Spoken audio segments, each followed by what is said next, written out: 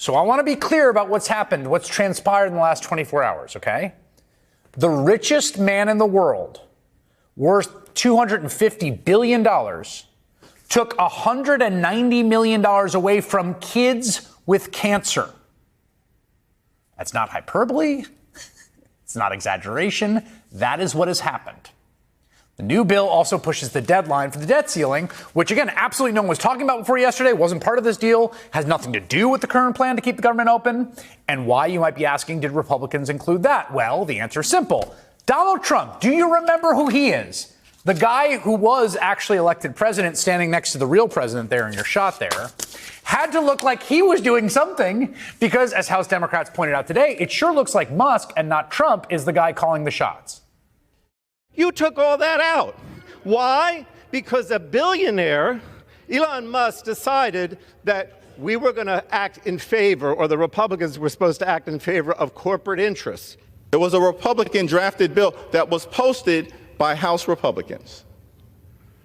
And then one or two puppet masters weigh in. We reached an agreement. We came to modest achievements. And a tweet changed all of it? Can you imagine what the next 2 years are going to be like if every time the Congress works its will and then there's a tweet?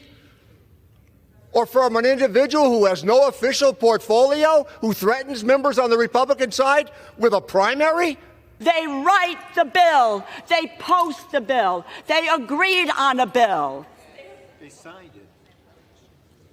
And you know what? They got scared because President Musk told them, President Musk said, don't do it. Don't do it. Shut the government down. Being a billionaire is immoral, this we know. But sometimes I encounter capitalists who don't think that that is true. And I always use the following analogy to explain to them why it's immoral. And by the way, this is a great trick for analogies. If you take something that seems really big, that someone doesn't understand, you bring it down to like a really small, grounded level, you can typically show your point a lot easier. So here's the analogy. You live in a small community of people who are hunter-gatherers. Everyone has their job that keeps the community thriving and alive and sustained. And you're one of the people whose job it is to be a hunter for the community. And you benefit very directly from other people's jobs in the community, like the people who take care of the kids, the people who take care of like your shelters, the people who know how to make tools, the people who keep the fire stoked, all of that stuff. Your job is to go out and hunt animals. So you go out and hunt animals. And one day you just happen upon like a herd of animals, a giant herd of animals. You stumble upon them a little bit by skill, but a lot of it by luck. And you got there because you had a full belly from the food that somebody else made you that morning, and you have a full skin of water from the water that somebody else in your village gathered, and you got a full night's sleep because someone is taking care of, your living space and making sure the community is safe so you can have a safe sleep. So all of these factors add up to you just having a really, really good hunting day. And you find a whole herd of animals. And what do? You manage to kill all of them. It's amazing. Every shot you shoot, you hit, and you kill all of the animals. You kill enough food to sustain this community of people for years and years. So what do? You drag all of the animals back to the village, and you start stacking them outside of your dwelling. And you stack them there, and then you sit on top of them. So a bunch of people start going hungry, and they say, hey, we need some of the animals that we helped you get those animals. And you say, no, I caught these. I caught them. Why should I have to share them? They're mine. And meanwhile, you are feeding yourself from the stack of animals. In fact, you're overfeeding yourself.